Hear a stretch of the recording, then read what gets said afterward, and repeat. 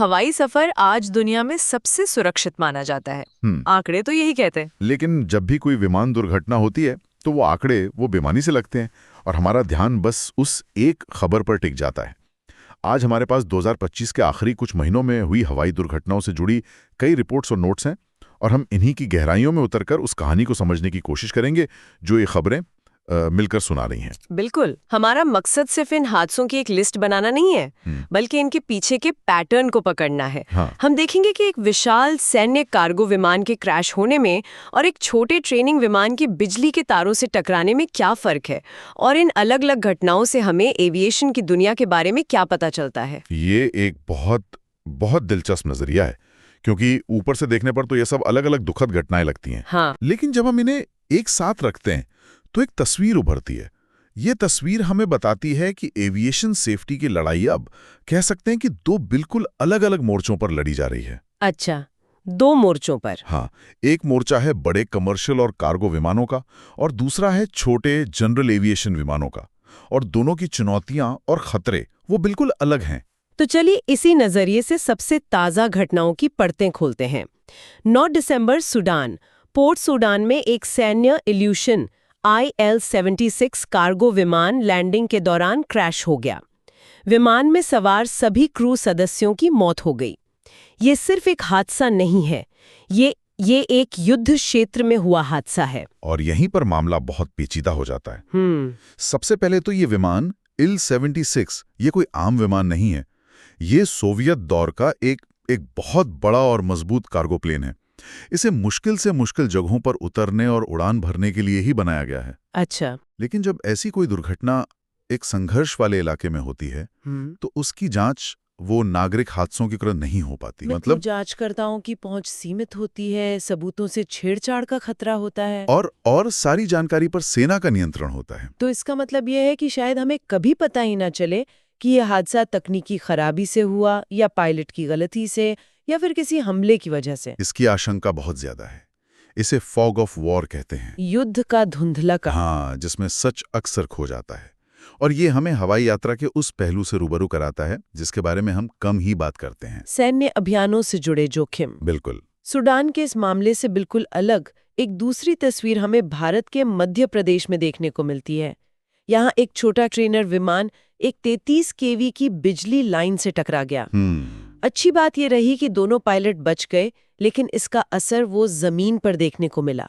करीब 90 गांवों की बिजली गुल हो गई। और ये घटना उस दूसरे मोर्चे का सटीक उदाहरण है जिसकी मैं बात कर रहा था। अच्छा। यहाँ कोई बड़ी एयरलाइन या जटिल सिस्टम की विफलता नहीं है। ये जनरल एविएशन का मामला है, जहाँ पायलट ट्रेनिंग, स्थानीय बुनियादी ढांचा और वो बाहरी वजहें ज्यादा बड़ी भूमिका निभाती हैं। 90 गांवों में अंधेरा। हाँ, 90 गांवों में अंधेरा छा जाना हमें बताता है कि एक छोटी सी हवाई घटना का जमीनी हकीकत पर कितना बड़ा और सीधा असर पड़ सकता है। ये दिखाता है कि आसमान में उड़ने वाले विमान जमीन से कितने जुड़े हुए हैं। और छोटे विमानों से जुड़ी ये घटनाएं सिर्फ भारत तक ही सीमित नहीं है।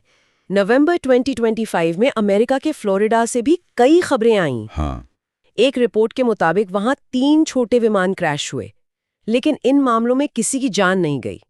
पर हर कहानी इतनी खुशकिस्मत नहीं थी। फ्लोरिडा के ही कोरल स्प्रिंग्स में एक छोटा विमान तालाब में गिर गया जिसमें 2 लोगों की मौत हो गई।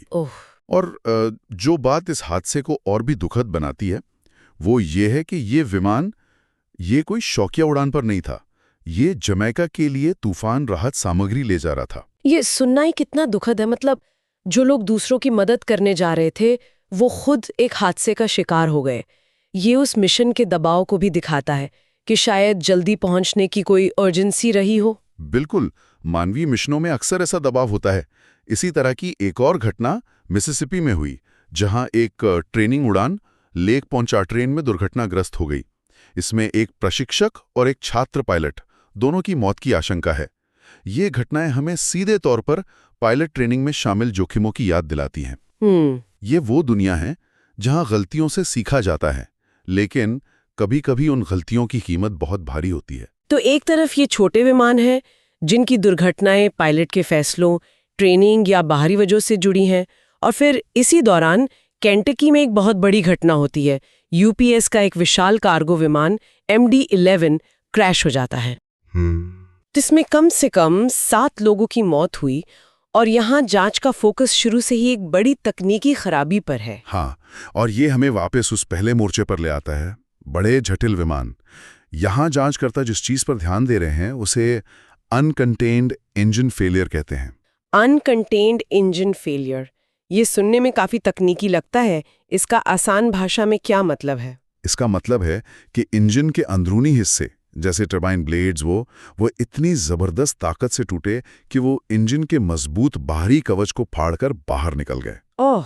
सोचिए, ये टुकड़े गोली की रफ्तार से निकलते हैं और विमान के पंखों, फ्यूल लाइनों या कंट्रोल सिस्टम को नुकसान पहुंचा सकते हैं। ये तो बहुत खतरनाक है। ये किसी भी विमान के लिए सबसे खतरनाक स्थितियों में से एक है।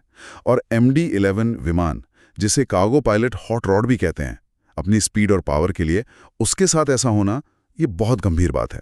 तो यूपीएस जैसे बड़े हादसे की जांच का दायरा भी बहुत बड़ा होगा? बहुत बड़ा। यहाँ जांचकर्ता विमान के रखरखाव के सालों पुराने रिकॉर्ड खंगालेंगे। अच्छा। इंजन की डिजाइन की पड़ताल करेंगे और ये भी देखेंगे कि उस इंजन को बनाने वाली कंपनी से कोई चूक तो नहीं हुई। इस एक घटना के नतीजे वो पूरी इंडस्ट्री में महसूस किए जाएंगे। हो सकता है कि दुनिया भर में इस तरह की सभी इंजनों की जांच के आदेश दिए जाएं।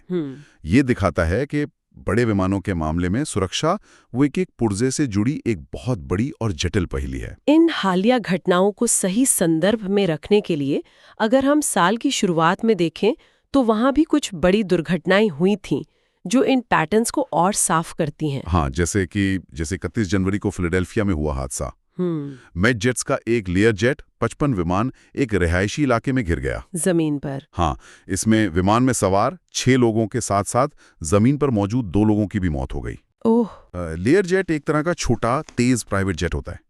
ये घटना इस सवाल को और गहरा करती है कि घनी आबादी वाले इलाकों के ऊपर से उड़ान भरने के नियम कितने सुरक्षित हैं। और फिर अलास्का और होंडुरस की घटनाएं भी हैं। 6 फरवरी को अलास्का में बेरिंग एयर का एक विमान क्रैश हुआ जिसमें 10 लोग मारे गए। और 17 मार्च को होंडुरस में? हाँ, होंडुरस में एक दुर्घटना में 17 में से 12 लोगों की जान चली गई। ये सब अलग अलग जगहों पर अलग अलग हालात में हुई। बिल्कुल। और ये सिर्फ आंकड़े नहीं है। अलास्का की दुर्घटना हमें वहां उड़ान भरने की जबरदस्त पर्यावरणीय चुनौतियों की याद दिलाती है। जैसे कि मौसम? हाँ, जहां मौसम पल भर में दुश्मन बन सकता है और दूर दूर तक कोई लैंडिंग की जगह नहीं होती।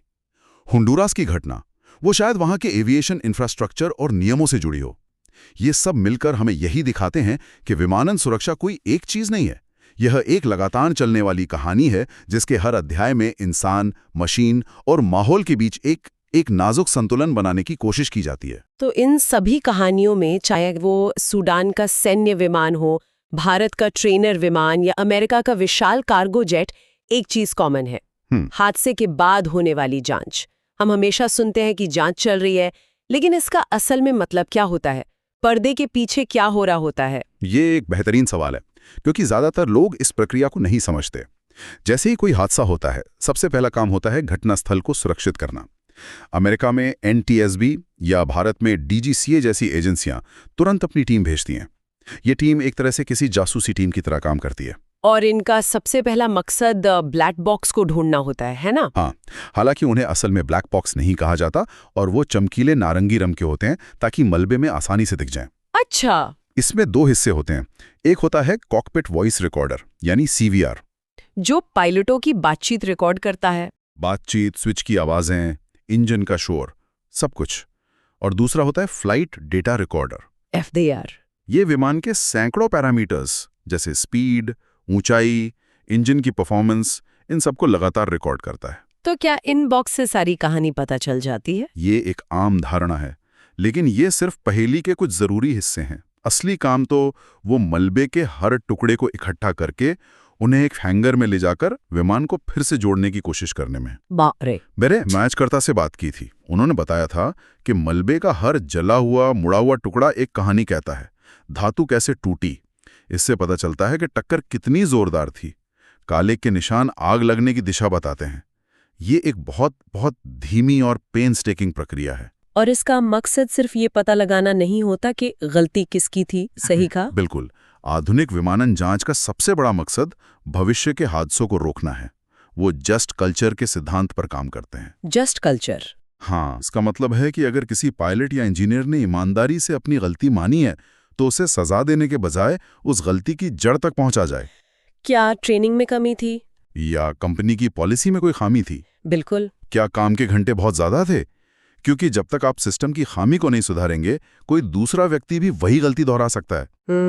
इसीलिए इन जांचों में महीनों, कभी-कभी तो सालों लग जाते हैं। तो आज की इस पूरी चर्चा को अगर समेटें तो हमारे सामने विमान हादसों की एक ज्यादा साफ तस्वीर उभरती है। एक तरफ यूपीएस जैसी घटना है जिसका असर एक ग्लोबल सप्लाई चेन पर पड़ता है और जिसकी जांच में अरबों डॉलर की इंडस्ट्री शामिल हो जाती है।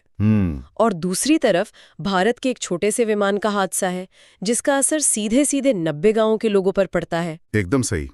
ये घटनाएं हमें याद दिलाती हैं कि एविएशन कोई एक अकेली चीज नहीं है, ये एक बहुत बड़ा और विविध इकोसिस्टम है। सही बात है। को जोड़ती है, जो समय के साथ इस पूरी प्रणाली को और ज्यादा मजबूत और सुरक्षित बनाता है। मतलब हर हादसे से मिले सबक के आधार पर नए नियम बनते हैं। नए नियम, नई टेक्नोलॉजी और बेहतर ट्रेनिंग प्रक्रियाएं बनाई जाती हैं। अंत में एक विचार जो सोचने पर मजबूर करता है, जब इन हादसों की अंतिम रिपोर्ट आएगी तो हमें तकनीकी कारण पता चलेंगे। हमें शायद पता चलेगा कि इंजन का कौन सा पुर्जा फेल हुआ या पायलट ने ऊंचाई का अंदाजा लगाने में क्या गलती की। लेकिन जो बातें रिपोर्ट में शायद नहीं लिखी होंगी वो अनकहे मानवीय पहलू हैं। बिल्कुल। उस राहत सामग्री ले जा रहे विमान के पायलटों पर क्या वाकई कोई दबाव था? क्या ट्रेनिंग स्कूल पर कम समय में ज्यादा पायलट तैयार करने का कोई कमर्शियल दबाव है? आधिकारिक रिपोर्ट हमें क्या हुआ ये तो बता देगी, लेकिन ऐसा क्यों हुआ? क्यों का जवाब? हाँ, ऐसा क्यों हुआ कि पूरी कहानी अक्सर इन रिपोर्टों के हाशिए में इंसानी फैसलों और व्यवस्था के दबाव में छिपी होती है और असली सबक शायद वहीं मिलते हैं।